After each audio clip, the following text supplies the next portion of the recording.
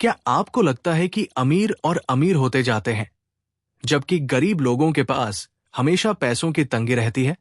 क्या सच में पैसा कमाना सिर्फ किस्मत की बात है, या इसके पीछे कोई साइकोलॉजी छिपी है? ज्यादातर लोग अपनी जिंदगी में कंफर्ट, लग्जरी, इन्फ्लुएंस और फ्रीडम चाहते हैं, और इसके लिए वे अपनी इनकम बढ़ाने की कोशिश करते हैं। लेकिन सवाल यह है कि क्या सिर्फ इनकम बढ़ाने से हम सच में अमीर बन सकते हैं, या फिर हमारे फाइनेंशियल डिसीजन ही हमारी असली दौलत तय करते हैं? इस समरी में आप जानेंगे कि आपका बैकग्राउंड, आपकी सिचुएशन या आपकी शुरुआती परिस्थितियां आपके फाइनेंशियल स्टेटस को बदलने में कोई रुकावट नहीं है, बल्कि असली चुनौती है आपका माइंडसेट और आपकी आदतें। आप ये भी जानेंगे कि कैसे आपका आलस, बिना सोचे समझे खर्च करने की आदत और सोशल प्रेजेंटेशन आपकी फाइनेंशियल ग्रोथ को प्रभावित करते हैं। और सबसे जरूरी बात, कैसे आप इन आदतों को बदलकर अपनी लाइफ को पूरी तरह ट्रांसफॉर्म कर सकते हैं। अगर आप चाहते हैं कि पैसा आपकी लाइफ में मास्टर की बने, तो इस समरी को जरूर पढ़ें, क्योंकि सही फाइनेंशियल नॉलेज और माइंडसेट आपको अमीर बना सकता है, चाहे आपकी शुरुआत कहीं से भी हो। Anybody can be wealthy, you just need to apply yourself। हम अक्सर सोशल मीडिया और न्यूज पर अमीर लोगों के लाइफस्टाइल को देखते हैं। हमें उनकी लाइफ किसी सपने जैसी लगती है, जिसे जीने की हम कल्पना भी नहीं कर सकते। हम हर महीने बस अपनी सैलरी से संतुष्ट हो जाते हैं, और इस बारे में सोचते तक नहीं कि हम भी ऐसी लाइफस्टाइल जी सकते हैं। पैसे के बारे में सबसे अच्छी बात यह है कि ये किसी के साथ भेदभाव नहीं करता है। ये ना आपका मजहब, सोशल स्टेटस देखता है, ना इसे इस बात से मतलब है कि आपके पेरेंट्स क्या करते हैं या आप खुद के बारे में क्या सोचते हैं। हर दिन आपको एक नई शुरुआत करने का मौका देता है। आपके पास भी बाकी लोगों की तरह सभी अपॉर्चुनिटीज हैं। आप भी जितना चाहे उतनी अपॉर्चुनिटीज का फायदा उठा सकते हैं। सिर्फ एक ही चीज है जो आपको अमीर बनने से रोक रही है, और वो है आपका डर और पैसे को लेकर गलतफहमी। इस दुनिया में बेशुमार पैसा है, और जब तक आप इसके लिए काम करते रहेंगे, तब तक आप जितना चाहें उतना पैसा कमा सकते हैं। पैसा ये नहीं जानता है कि उसे कौन हैंडल कर रहा है और उसकी क्वालिफिकेशन क्या है। पैसा इस्तेमाल करने, खर्च करने, सेव करने और इन्वेस्ट करने के लिए होता है। ये आपको जज नहीं करता कि आप इसे पाने के काबिल है भी या नहीं। दुनिया के सबसे अमीर लोगों में कोई भी कॉमन चीज नहीं है। वो अलग अलग तरह के लोग हैं। उनमें से कुछ सोफिस्टिकेटेड लगते हैं और कुछ अनसिविलाइज्ड यानी जाहिल। कुछ इंटेलिजेंट लगते हैं और कुछ बेवकूफ। कुछ ऐसे भी हैं जो काबिल हैं, और ऐसे भी लोग हैं जो काबिल नहीं हैं। लेकिन एक चीज तो इन सभी में कॉमन है, वो है कोई अपॉर्चुनिटी मिलने पर पैसा कमाने के लिए कोशिश करना। दूसरी तरफ एक गरीब इंसान कोई अपॉर्चुनिटी मिलने पर आगे बढ़ने से हिचकिचाता है, क्योंकि उसे लगता है कि वो इसके काबिल नहीं है। वो इस बात के लिए बहाने ढूंढता है कि इस अपॉर्चुनिटी से उसे कोई फायदा नहीं होगा। इसलिए अमीर और अमीर होता जाता, और गरीब और ज्यादा गरीब। आमतौर पर यह माना जाता है कि गरीब लोग अपने हालात और परवरिश की वजह से गरीब हैं। लेकिन अगर आपके पास एक कंफर्टेबल लाइफ जीने के लिए कैपिटल है, तो आपके पास अमीर बनने की पावर है। हाँ, ये जर्नी मुश्किल तो होगी, लेकिन यकीन मानिए कि ये मुमकिन भी है। याद रखिए कि पैसे सोच समझ नहीं सकता है। ये देख या सुन नहीं सकता कि उसे कौन हैंडल कर रहा है। वो इस बात को जज नहीं करता कि इसे रखने के लिए आप काबिल हैं या नहीं। इसे इस बात की परवाह नहीं है कि आपने कल क्या किया था। इसलिए पैसे को लेकर अपनी सोच को चैलेंज कीजिए। इस बात पर यकीन कीजिए कि आप अमीर बन सकते हैं, और आप जरूर बनेंगे। Most people are too lazy to be wealthy. हम सभी मिलियनेयर बनना चाहते हैं और ऐशो आराम की लाइफ जीना चाहते हैं। हमने कई लोगों की कहानी सुनी है जो फर्श से अर्श तक पहुंचे हैं। कभी कभी हम सोचते हैं कि काश ऐसा हमारे साथ भी हो जाए, लेकिन ये ऐसे सपने हैं जो कभी सच नहीं होंगे, और आखिर में हमारा फाइनेंशियल स्टेटस वैसा ही रहेगा।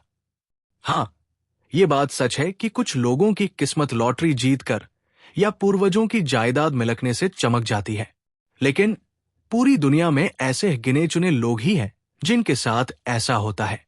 किसी का भी लॉटरी जीतने का चांस बहुत कम होता है, इसलिए आपका मकसद एक रियलिस्टिक गोल को पाने का होना चाहिए। ज्यादातर लोग इसलिए अमीर नहीं बन पाते हैं क्योंकि वो मेहनत करने के लिए तैयार ही नहीं है। वो सिर्फ कहते हैं कि वो अमीर बनना चाहते हैं, लेकिन सच तो ये है कि वो नहीं बनना चाहते, इसलिए तो वो हमेशा शॉर्टकट की तलाश में लगे रहते हैं। वो लॉटरी की टिकट खरीदने जैसे बिना मेहनत वाले तरीके अपनाते हैं। वो मेहनत करने के लिए तैयार ही नहीं है। कुछ लोग तो पैसे को बुरा मानते हैं। वो सोचते हैं कि पैसा कमाने के लिए मेहनत करना शैतान का काम है। उनका मानना है कि अगर आपको किस्मत या इत्तेफाक से पैसा मिल जाए तो वो ठीक है। अमीर बनने के लिए ऐसी सोच को अपने मन से निकाल दीजिए। दुनिया के सक्सेसफुल और अमीर लोगों की तरह सोचिए। पैसा कमाने के लिए आपको सुबह उठने, पढ़ने, सीखने, कुछ सैक्रिफाइस करने, पूरे दिन पक्के इरादे और फोकस्ड रहकर बिताने और रात को सोने तक अपने मकसद के लिए काम करने की जरूरत है। Bill Gates, Richard Branson, Simon Cowell जैसे लोगों को ही देख लीजिए। इन्होंने अपनी अपनी फील्ड में पूरी मेहनत, पैशन और फोकस के साथ काम किया है। उन्होंने हर रोज इतना काम किया है जो एक आम इंसान पूरे महीने में नहीं करता है, और वो किस्मत के भरोसे कभी नहीं रहे हैं। उन्होंने अपने करियर की शुरुआत से ही मेहनत करना शुरू कर दिया और अब तक ऐसा ही करते आ रहे हैं। पैसा तो पहले से ही मौजूद है, आपको सिर्फ उसे हासिल करना है, और अगर आप इसे हासिल करना चाहते हैं तो आपको घंटों मेहनत करनी होगी। इस बुक के ऑथर रिचर्ड टेम्पलर की टीम में आलसी लोगों के लिए कोई जगह नहीं है। उन्हें एम्बिशियस, डेडिकेटेड और आगे चलने वाले लोगों के साथ काम करना पसंद है। अगर आप अमीर बनना चाहते हैं तो अपने गोल की तरफ पहला कदम उठाइए। Know the difference between price and value. क्या आप कभी किसी आर्ट एग्जीबिशन में गए हैं और वहां रखी हजारों डॉलर की पेंटिंग्स की तरफ देखकर सोचा है कि वो इतनी महंगी क्यों है? क्या आपको मशहूर डिजाइनर्स के कपड़ों का प्राइस सुनकर ऐसा नहीं लगता है कि ये क्या मजाक चल रहा है? कपड़े इतने महंगे कैसे हो सकते हैं? एक बार रिचर्ड टेम्पलर ने अपने फादर इन लॉ से पूछा कि क्या एक फैंसी रेस्टोरेंट से खरीदी हुई 100 की वाइन का टेस्ट किसी लोकल शॉप से खरीदी हुई 15 की वाइन के टेस्ट से ज्यादा अच्छा होता है? इस पर उनके फादर इन लॉ ने जवाब दिया कि जब लोग किसी रेस्टोरेंट में 100 की वाइन खरीदते हैं तो वो सिर्फ वाइन के पैसे नहीं देते हैं, बल्कि वहां के एम्बियंस, क्वालिटी, अच्छा table cloth, privacy, service, restaurant का लोकेशन और अच्छी कंपनी जैसी चीजों के लिए भी पैसे दे रहे होते हैं। सिर्फ वाइन इतना इंपॉर्टेंट नहीं है, बल्कि उसे महंगी वो चीजें बनाती है जो उसके साथ आती है। हम सोचते हैं कि हम किसी चीज या सर्विस की कीमत जानते हैं, लेकिन जितना हम सोचते हैं उसकी कीमत उससे कहीं ज्यादा होती है। उस प्रोडक्ट या सर्विस को बेचने वाला यानी सेलर उसका प्राइस तय करता है, लेकिन कस्टमर उसकी वैल्यू तय करते हैं। जैसे एक पेंटिंग के कैटलॉग में उसका प्राइस एक 000 दिया हुआ है। उस पेंटिंग का असली प्राइस शायद उससे बहुत कम होगा, लेकिन अगर कोई उसके लिए एक 000 या उससे ज्यादा देने के लिए तैयार है तो उस पेंटिंग की वैल्यू बढ़ जाती है। रिचर्ड के पास मर्सिडीज कार का एक पुराना मॉडल था। जब उन्होंने उसे खरीदा था तो उस वक्त वो इतना महंगा नहीं था। एक बार रिचर्ड अपने दोस्त से मिलने गए जिसके पास एक नई और मॉडर्न कार थी। रिचर्ड के दोस्त ने उनकी कार को देखा तो कहा कि लगता है रिचर्ड पैसों में खेल रहे हैं, तभी तो ऐसी कार खरीद पाए हैं। तब रिचर्ड ने उन्हें बताया कि उन्होंने उसकी कार के प्राइस से 5 गुना कम पैसे में वो कार खरीदी थी। लेकिन उनके दोस्त इस बात को नहीं मान रहे थे, क्योंकि उन्होंने उस विंटेज कार की वैल्यू की तरफ ध्यान दिया था, ना कि उसके प्राइस पर। आपको दूसरों की सर्विस और स्किल की वैल्यू को पहचानना सीखना होगा। अगर आपको कोई अपॉर्चुनिटी मिलती है तो उसके लॉन्ग टर्म वैल्यू को देखने की कोशिश कीजिए, उसके प्राइस को नहीं, और आप देखेंगे कि आपका हर डिसीजन आपके अमीर बनने के गोल का इन्वेस्टमेंट बन जाएगा। इसके अलावा आपको अपने स्किल और अपनी सर्विस की वैल्यू भी पता होनी चाहिए। इस बारे में सोचिए कि आप लोगों को क्या दे सकते हैं और फिर अपने नॉलेज और स्किल को उसके वैल्यू के हिसाब से बेचिए। इसका प्राइस आपके प्रोडक्ट के लिए फाइनेंशियल रिवॉर्ड होगा और वैल्यू वो होगा जो कस्टमर मानता है कि उनके लिए आपके प्रोडक्ट की क्या कीमत है या वो कितना इंपॉर्टेंट है। Only by looking wealthy can you become wealthy. एक बार रिचर्ड ने एक आदमी को जॉब वैकेंसी के बोर्ड को पढ़ते हुए देखा। उस आदमी ने एक हुडी टी शर्ट साथ गंदे स्नीकर्स पहने हुए थे। उसने शेव नहीं किया था। वो झुककर खड़ा था और उसने अपने हाथ अपने पॉकेट में डाले हुए थे। रिचर्ड को लग रहा था कि अगर वो आदमी इस तरह जॉब इंटरव्यू के लिए जाएगा तो पक्का रिजेक्ट हो जाएगा। रिचर्ड ये भी जानते थे कि वो आदमी या तो उस एम्प्लॉयर को खराब व्यवहार के लिए कोसेगा या फिर सारा दोष अपनी जिंदगी के हालत पर लगा देगा। रिचर्ड ने अपनी जिंदगी में कई जॉब इंटरव्यू किए हैं और वो इस बात से निराश हो जाते थे कि लोग किस तरह इंटरव्यू देने के लिए आ जाते हैं। जब रिचर्ड उनसे पूछते थे कि वो उस कंपनी के बारे या कंपनी के काम के बारे में क्या जानते हैं, तो वो जवाब ही नहीं दे पाते थे। वो उस बारे में रिसर्च करने की और उस प्रोसेस के बारे में जानने की कोशिश ही नहीं करते थे। कोशिश करने में इस कमी का सीधा असर आपके रिजल्ट पर पड़ता है। गरीब लोग गरीब दिखते हैं, जिस वजह से वो औरों से बिल्कुल अलग दिखाई देते हैं। वो कमजोर और जरूरतमंद दिखाई देते हैं, इसलिए लोग उनके साथ उसी तरह से पेश आते हैं। अगर आप पावरफुल और कॉन्फिडेंट दिखते हैं तो लोग आपके साथ अलग तरह से पेश आते हैं। लेकिन आपको यह समझना होगा इंसान को किस तरह से तैयार होना चाहिए। अच्छे और महंगे कपड़ों से नहीं आता है। कॉन्फिडेंस आपकी चाल ढाल और बिहेवियर में झलकना चाहिए। ये आपकी उस इमेज से आता है जो आप दूसरों को दिखाते हैं। इसलिए आपको अच्छे कपड़े पहनने चाहिए और कॉन्फिडेंस दिखाना चाहिए। इसके लिए आपको कोई महंगा आउटफिट खरीदने की जरूरत नहीं है। आप डिस्काउंट या सेल से एक डिसेंट सा सूट खरीद सकते हैं या उसे रेंट पर ले सकते हैं। एक बार रिचर्ड का पहला जॉब इंटरव्यू एक कसिनो में हुआ था। इसके लिए उन्होंने एक डिस्काउंट स्टोर से एक फैंसी जैकेट और एक बोट टाई खरीदी। रिचर्ड वो बांधने की तब तक कोशिश करते रहे जब तक उन्होंने उसे ठीक से बांधना सीख लिया। इंटरव्यू वाले दिन रिचर्ड एक ट्रेनी कम और जेम्स बॉन्ड की तरह ज्यादा लग रहे थे। भले ही उनका ड्रेस कोड गलत था, लेकिन उन्होंने अच्छा इंप्रेशन जमाया था। रिचर्ड को वो जॉब मिल गई थी क्योंकि कॉन्फिडेंस दिखाने के साथ साथ वो वहां पूरी तैयारी के साथ गए थे। बाद में उन्होंने ब्लैक कलर का एक सिंपल सा सूट खरीद लिया था।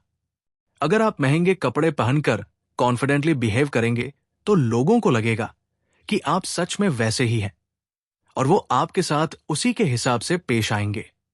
अगर आप गरीब दिखेंगे तो लोग आपको खराब सर्विस ही देंगे। आप अपने बजट में रहकर भी अच्छे से ड्रेसअप कर सकते हैं। सही और साफ सुथरे कपड़े पहनिए। अच्छे रिजल्ट पाने के लिए अपने नाखून को साफ रखिए, अच्छा सा हेयर कट कराइए और थोड़ा एफर्ट लगाइए। Decide your attitude to risk. आपने ऐसे किसी शख्स को जरूर देखा होगा जिसने किसी चीज में इन्वेस्ट किया था और फिर उसका सारा पैसा डूब गया था। उसके इस एक्सपीरियंस को देखकर आपको भी डर लगने लगा, इसलिए आप सिर्फ अपनी डेली लाइफ पर ही फोकस करने लगे।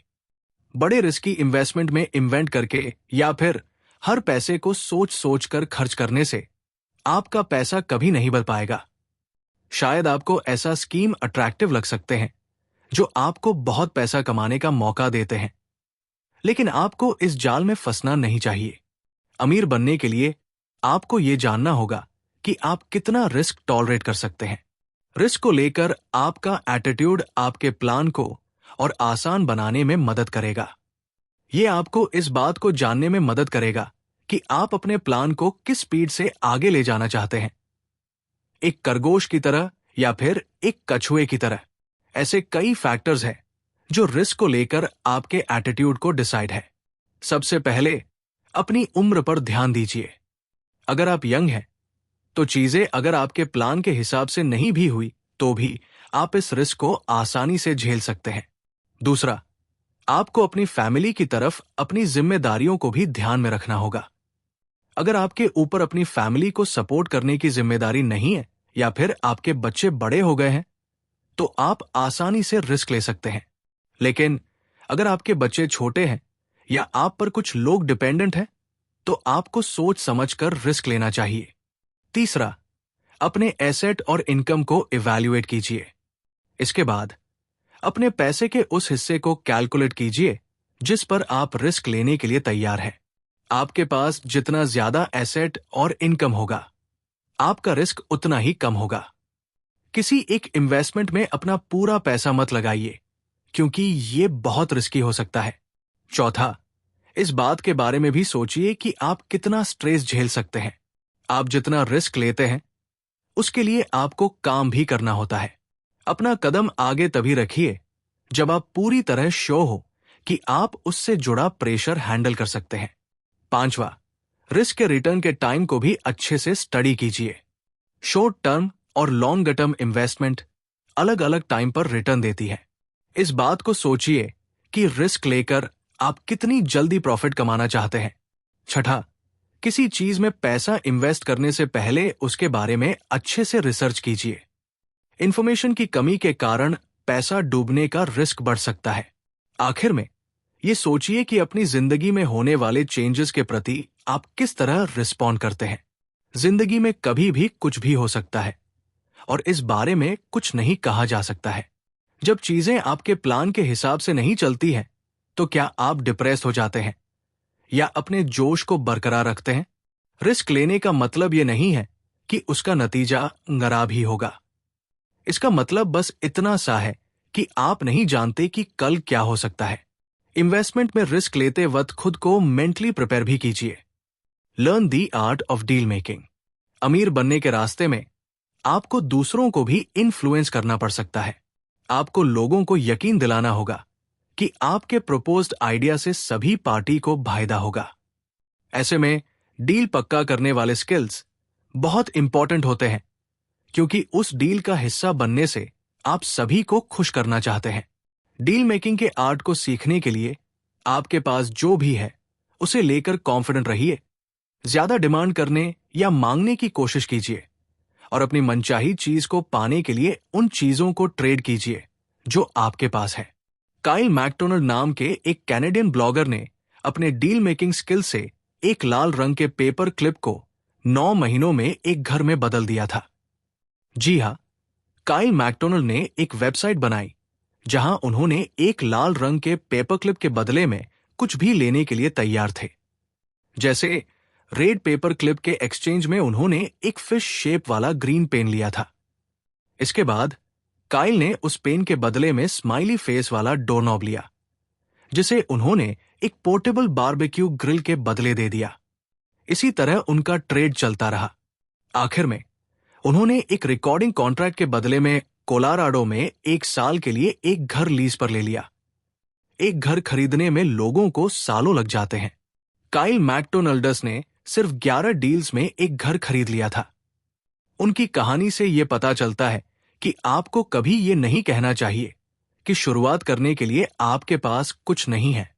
आपके सामने कोई भी अपॉर्चुनिटी आए, भले ही वो छोटी क्यों ना हो, उसके लिए ओपन रहिए। आपको हमेशा सिचुएशन और लोगों की डिमांड के हिसाब से ढलने के लिए फ्लेक्सिबल बनना होगा। किसी डील का असली मकसद जानने के लिए एक गोल सेट कीजिए और इसके बाद उसे पाने के लिए पूरी शिद्दत से काम कीजिए।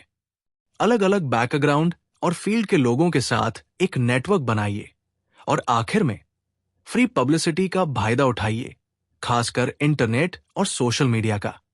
अगर आप डील मेकिंग का आर्ट सीखना चाहते हैं, तो ऐसी चीज के बारे में सोचिए जिसकी दूसरे लोगों को जरूरत हो सकती है। यह जरूरी नहीं है कि वो कोई मटेरियल चीज ही हो। यह आपका स्किल, नॉलेज, टाइम या एफर्ट भी हो सकता है। अपने टारगेट ऑडियंस के बारे में रिसर्च कीजिए जो आपकी चीज में इंटरेस्टेड हो सकते हैं। आखिर में इस बात को सोचिए कि अपनी सर्विस के बदले आप उनसे क्या मांग सकते हैं। Get someone to do the stuff you can't. मान लीजिए कि और पैसा कमाने के लिए आप एक बिजनेस शुरू करते हैं। आपकी कंपनी आप अकेले तो चला नहीं सकते, एक सक्सेसफुल कंपनी में पैसे को मैनेज करने के लिए अलग अलग स्किल्स की जरूरत होती है। शायद आपके पास पहले से ही वो स्किल्स और नॉलेज होगी, लेकिन अगर आपके पास नहीं है तो आप इसे सीख सकते हैं। एक नए स्किल को सीखने में सिर्फ एक प्रॉब्लम यह है कि इसमें वक्त लगता है, और यह भी हो सकता है कि ये आपके मौजूदा स्किल जैसा ना हो। इसलिए इसके बदले जो काम आपको अच्छे से आता है उसे खुद कीजिए, और जो काम आपको नहीं आता वो दूसरों से करवाइए। इस बात को सीखिए कि अपनी टीम के लिए सही लोगों को कैसे चुनें। सबसे पहले इस बात का फैसला कीजिए कि आप आखिर करना क्या चाहते हैं और किस तरह के लोगों के साथ करना चाहते हैं। दूसरा, ये बात क्लियर रखिए कि आप उनसे क्या करवाना चाहते हैं। उन्हें किसी टास्क के बारे में डिटेल में बताइए, और ये भी बताइए कि उसके लिए आप उन्हें कितना पैसा देने के लिए तैयार हैं। तीसरा, अपने टीम के मेंबर्स का ख्याल रखिए। वो इंसान है, आपके गोल्स को पाने का कोई टूल नहीं। उनके प्रोफेशनल हेल्थ का ध्यान रखिए। उन्हें जरूरत से ज्यादा काम मत दीजिए। चौथा, उन्हें अपनी कंपनी के बारे में इन्फॉर्म करते रहिए और मोटिवेटेड रखिए। आपको अपनी टीम में लॉयल्टी और इंस्पिरेशन को बढ़ावा देना है, यहां तक कि फेलियर के वक्त में भी। पांचवा, अपनी टीम के साथ अपनी लॉन्ग टर्म स्ट्रेटेजीज शेयर कीजिए। उनका फ्यूचर आपके प्लान के सक्सेस पर डिपेंड करता है। छठा, आपकी टीम में अगर कोई गलती करता है तो उसे ठीक कीजिए और आगे बढ़िए। छोटी सी बात का बतंगर मत बनाइए। सातवां, अपनी टीम की मेहनत और ट्राइब्यूशन के लिए उनकी तारीफ करते रहिए। याद रखिए कि तारीफ करना और पैसा लोगों को मोटिवेट करने का सबसे असरदार टूल है। आठवां, रियलिस्टिक टारगेट सेट कीजिए। लोगों से इम्पॉसिबल चीजों को हासिल करने की आशा मत कीजिए।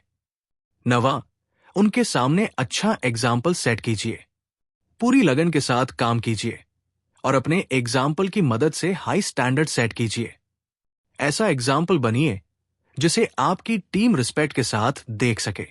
आखिर में याद रखिए कि आप उनके लीडर हैं, दोस्त नहीं। इसलिए कुछ बाउंड्रीज, डिग्निटी और अथॉरिटी भी मेंटेन कीजिए। अगर आप इन रूल्स को इंप्लीमेंट करेंगे तो आपको सही लोग मिलेंगे और आप उनके साथ इफेक्टिव तरीके से काम कर पाएंगे। आपको शायद ऐसे और तरीके मिल सकते हैं जो आपके लिए काम करते हों, तो उन्हें अपनाइए, इंप्लीमेंट कीजिए और उनका इस्तेमाल कीजिए। सबसे जरूरी बात यह है कि लोगों के साथ अच्छे से पेश आइए और खड़ूस और इनसेंसिटिव बॉस मत बनिए। अपने एम्प्लॉइज को माइक्रो मैनेज मत कीजिए, यानी उन्हें छोटी छोटी चीजों में टोकिए मत।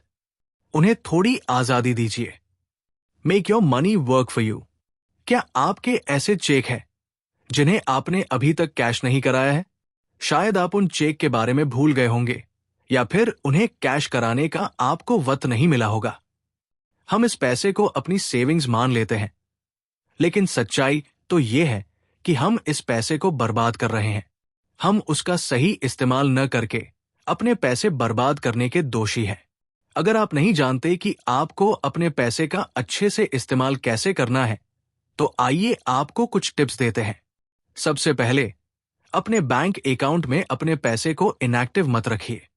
उसे वहां रखने से उसकी वैल्यू नहीं बढ़ेगी। इसके बजाय अपने पैसे को हाई इंटरेस्ट देने वाले बैंक अकाउंट में ट्रांसफर कर दीजिए। इससे कोई फर्क नहीं पड़ता कि इंटरेस्ट का परसेंटेज कितना कम है, इससे आपको इनकम होगी। कुछ नहीं से तो कुछ मिलना ज्यादा बेहतर होता है। टेक्नोलॉजी के इस जमाने में आप अपने पैसे को ऑनलाइन बैंकिंग से आसानी से ट्रांसफर कर सकते हैं। दूसरा, हमेशा ज्यादा से ज्यादा इंटरेस्ट रेट ढूंढने की कोशिश कीजिए। अपने करंट इंटरेस्ट रेट से सैटिस्फाइड मत रहिए, क्योंकि हो सकता है कि आपको इससे कुछ बेहतर मिल जाए। अगर आपको ज्यादा अच्छा इंटरेस्ट रेट मिलता है तो फैसला लेने में देरी मत कीजिए। अपने मौजूदा अकाउंट से अपने पैसे को दूसरे बैंक अकाउंट में ट्रांसफर कर दीजिए, क्योंकि हर महीने की इनकम वैल्यूएबल है। तीसरा, उन सभी सर्विसेज के बारे में रिसर्च कीजिए जिनके लिए आप पैसा दे रहे हैं। इन सर्विसेज के लिए हमेशा ज्यादा सस्ते ऑप्शन अवेलेबल होंगे। सिर्फ सर्विस के नाम के लिए पैसा मत दीजिए। पैसा उस चीज के लिए दीजिए जो आपको सच में मिल रहा है। किसी भी सर्विस के डिटेल और उसके टर्म्स एंड कंडीशंस को अच्छे से पढ़िए। अगर आपको किसी क्लॉज पर डाउट है तो उसके बारे में एक्सप्लेनेशन मांगिए। इस बात को अच्छे से समझिए कि आपको उन सर्विसेज से क्या क्या मिलेगा। चौथा, अगर आपके पास कोई प्रॉपर्टी है तो उसे खाली मत छोड़िए। उसकी वैल्यू शायद बढ़ सकती है, लेकिन उसे खाली छोड़ने से आपको उसका वैल्यूएबल रेंटल इनकम नहीं मिल रहा है। जब कुछ सालों में आप वो प्रॉपर्टी बेचेंगे तो आपको अच्छा प्रॉफिट होगा, लेकिन आपने वो प्रॉफिट मिस कर दिया जो आपको उससे हर महीने मिल सकता था। भले ही रेंटल इनकम प्रॉपर्टी के सेल से मिलने वाली इनकम से कम होती है, लेकिन ये छोटा अमाउंट भी क्यों छोड़ना। पांचवा, ऐसी चीज में इन्वेस्ट कीजिए जिसकी वैल्यू बढ़ती हो और जो काम का भी हो। जैसे एक पुरानी क्लासिक कार की वैल्यू समय के साथ बच जाएगी और साथ ही साथ आप उसे चला भी सकते हैं। दूसरी तरफ, आपकी दीवार पर लगी एक पेंटिंग की वैल्यू भी बढ़ सकती है, लेकिन आप उसे यूज नहीं कर सकते। छठा, दूसरे ऑप्शन को एक्सप्लोर कीजिए। पैसा कमाने के मौजूदा तरीकों से सैटिस्फाइड मत होइए। इंप्रूव, प्रोग्रेस और आगे बढ़ने के लिए नए तरीकों को ढूंढते रहिए। सातवां, अपने काम को कल पर मत टालिए। अपने कामों को आज ही पूरा कीजिए। अगर आप अपने बैंक में 4 महीने तक पैसा नहीं डालेंगे और उसे होल्ड करके रखेंगे तो आप उन 4 महीनों का इंटरेस्ट खो देंगे। आखिर में यूं ही पड़ा हुआ पैसा बर्बाद हो जाता है। अगर आपका पैसा किसी चीज में इन्वेस्ट नहीं किया गया है तो आप वक्त के साथ उसकी वैल्यू खो देंगे। अपने पैसे को चेक या कैश के फॉर्म में ना रखें, क्योंकि वो पैसा बर्बाद हो रहा है। Check the small print. क्या आपके साथ कभी ऐसा हुआ है कि आपके हाल ही में खरीदे हुए शूज आपको फिट नहीं आ रहे हों और इसलिए आप उन्हें स्टोर में वापस करने जाते हैं और आपको बताया जाता है कि इसके पैसे आपको वापस नहीं मिल सकते? या फिर आपने अपनी दवाइयों पर एक छोटा सा प्रिंट देखा कि उसे लेने से कौन कौन से साइड इफेक्ट हो सकते हैं, लेकिन अगर आप बीमार हुए तो इसके लिए आप कंपनी को जिम्मेदार नहीं ठहरा सकते?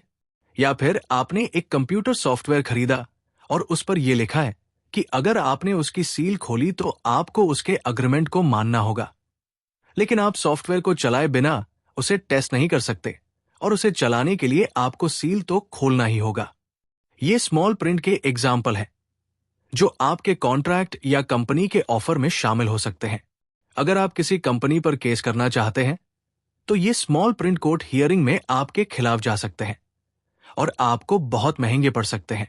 आइए इसे एक एग्जाम्पल से समझते हैं। एक आदमी ने अपनी जिंदगी के 5 साल के बदले में एक शैतान को अपनी आत्मा बेच दी। उस आदमी ने सोचा कि ये एक अच्छी डील है और डील पक्की कर दी, लेकिन उसने उस डील से जुड़ी डिटेल्स पर ध्यान नहीं दिया और स्मॉल प्रिंट को भी नहीं पढ़ा। उस शैतान ने आदमी की जिंदगी के पहले 5 साल ले लिए। इंसान की लाइफ के पहले 5 साल उसकी डेवलपमेंट के सबसे इंपॉर्टेंट साल होते हैं। उन सालों को खो देने से उस आदमी को जो उसे मिला था उससे कहीं ज्यादा कीमत चुकानी पड़ी। अमीर बने रहने के लिए स्मॉल प्रिंट के बारे में बहुत सावधान रहिए। सबसे पहले, कॉन्ट्रैक्ट में वो सब कुछ है जो आपको चाहिए। दूसरा, उन छुपे हुए क्लॉज को ढूंढिए जो कॉन्ट्रैक्ट के असली मीनिंग को बदल सकते हैं। ये छुपे हुए क्लॉज कॉन्ट्रैक्ट के मतलब को बदल सकते हैं ताकि आपसे ज्यादा फायदा दूसरी पार्टी का हो। तीसरा, पेनल्टी क्लॉज को ध्यान से देखिए।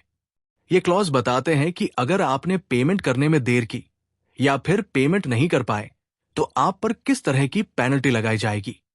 स्मॉल प्रिंट को चेक करना बिल्कुल वैसा ही है जैसे किसी फूड प्रोडक्ट की पैकेजिंग पर उसके इंग्रेडिएंट्स को चेक करना होता है। इसमें आप डिटेल देखने के लिए उसे स्कैन करते हैं। अगर आपको उसके इंग्रेडिएंट्स पसंद नहीं आते हैं तो आप उस प्रोडक्ट को नहीं खरीदते हैं। इसके बजाय आप दूसरे ब्रांड्स को चेक करते हैं। उस प्रोडक्ट को रिजेक्ट करने से आपको कोई नुकसान नहीं होता है। किसी भी कॉन्ट्रैक्ट को पूरा वक्त लेकर ध्यान से पढ़िए। इसमें जल्दबाजी मत कीजिए। अगर किसी भी क्लॉज से आपको अनकंफर्टेबल फील हो रहा है तो ये एक वार्निंग की तरह है। उस क्लॉज के बारे में एक्सप्लेनेशन मांगिए। अगर आप फिर भी उस क्लॉज से सैटिस्फाइड नहीं है तो उस डील को छोड़ दीजिए। Don't spend it before you have got it. कई लोग किसी बिजनेस में पैसा इन्वेस्ट करते हैं और फ्यूचर में होने वाले प्रॉफिट को लेकर इतना एक्साइटेड हो जाते हैं कि वो आज उस पैसे को खर्च करने लगते हैं जो अभी तक उनके पास आया ही नहीं है। बिलबोर्ड और सोशल मीडिया पर दिखाए जाने वाले ऐड के कारण आज कुछ खरीदने की इच्छा को दबाना बहुत मुश्किल हो गया है। तो आइए सीखते हैं कि इसे कैसे कंट्रोल करना है। सिर्फ आज का बजट बनाइए। कल और कल होने वाले प्रॉफिट के बारे में मत सोचिए। सिर्फ ये देखिए कि आज आपकी पॉकेट में क्या है और उसी हिसाब से खर्च कीजिए। इस बात को पूरी तरह भूल जाइए कि लोगों को और आपको क्या लगता है कि आपको फ्यूचर में क्या मिलने वाला है। यह हजारों और लाखों का बड़ा प्रॉफिट भी हो सकता है या फिर पैसों का नुकसान भी। कल क्या होने वाला है किसी को नहीं पता। कुछ लोग अपने बजट में टैक्स जैसे इंपॉर्टेंट खर्चे डालना भूल जाते हैं। उस टैक्स का ध्यान रखिए जो आपको देने ही देने हैं। उस पैसे को एक तरफ रख दीजिए और फिर बचे हुए पैसे पर ध्यान दीजिए। लोगों से या फिर बैंक से तब तक लोन मत लीजिए जब तक ये बहुत जरूरी ना हो और आपके पास और कोई ऑप्शन ना बचा हो। ये सोचकर आज किसी से पैसा मत लीजिए कि आप कल होने वाली कमाई से आप उसे लौटा देंगे। फ्यूचर इनकम को खर्च करने के कई नुकसान हैं क्योंकि आप ये नहीं जानते कि फ्यूचर में आपकी कितनी इनकम होगी। ये आपकी उम्मीद से ज्यादा भी हो सकता है और कम भी। अपनी इनकम को एडवांस में खर्च करना शायद आपके लिए एकाध बार ठीक साबित हो सकता है, लेकिन कभी ना कभी आपको इसका पछतावा जरूर होगा। उस वक्त का इंतजार मत कीजिए। इससे आपको वक्त से फाइनेंशियल प्लानिंग ना करने या फिर बिना सोचे समझे एक्शन लेने की आदत लग जाएगी। इसके अलावा जो भी प्रोडक्ट या सर्विस आपने फ्यूचर इनकम से खरीदी है, शुरुआत में वो आपको बहुत अच्छी लगेगी, लेकिन जल्द ही वो पुरानी हो जाएगी, टूटने लगेगी और शायद आप उसे भूल भी जाएंगे। अपनी इच्छा को खुद पर हावी होने मत दीजिए और उसे पूरा करने के पीछे मत भागिए। अगर आप पैसे को एडवांस में खर्च करने की आदत को ऐसे ही बढ़ावा देते रहेंगे तो आप सच्चाई से दूर हो जाएंगे। अगर आप अमीर बने रहना चाहते हैं तो इस 4 पॉइंट प्लान को फॉलो कीजिए। सबसे पहले खुद से पूछिए कि क्या आपको उस आइटम की आज ही जरूर है या फिर आप इसे बाद में भी खरीद सकते हैं। दूसरा, खुद से पूछिए कि क्या उस सामान को कल आने वाले पैसे से खरीदना सही होगा या क्या वो इस लायक है कि उसे फ्यूचर इनकम से खरीदा जाए। तीसरा, रिस्क फैक्टर के बारे में सोचिए। अगर आपने किसी प्रोडक्ट के लिए अभी से कमिटमेंट कर दी और किसी और काम के लिए आपको अपनी फ्यूचर इनकम की जरूरत पड़ी तो क्या होगा। और आखिर में ये सोचिए कि अगर आपके पास कल एक बेहतर अपॉर्चुनिटी के लिए पैसा ही नहीं हुआ तो क्या होगा।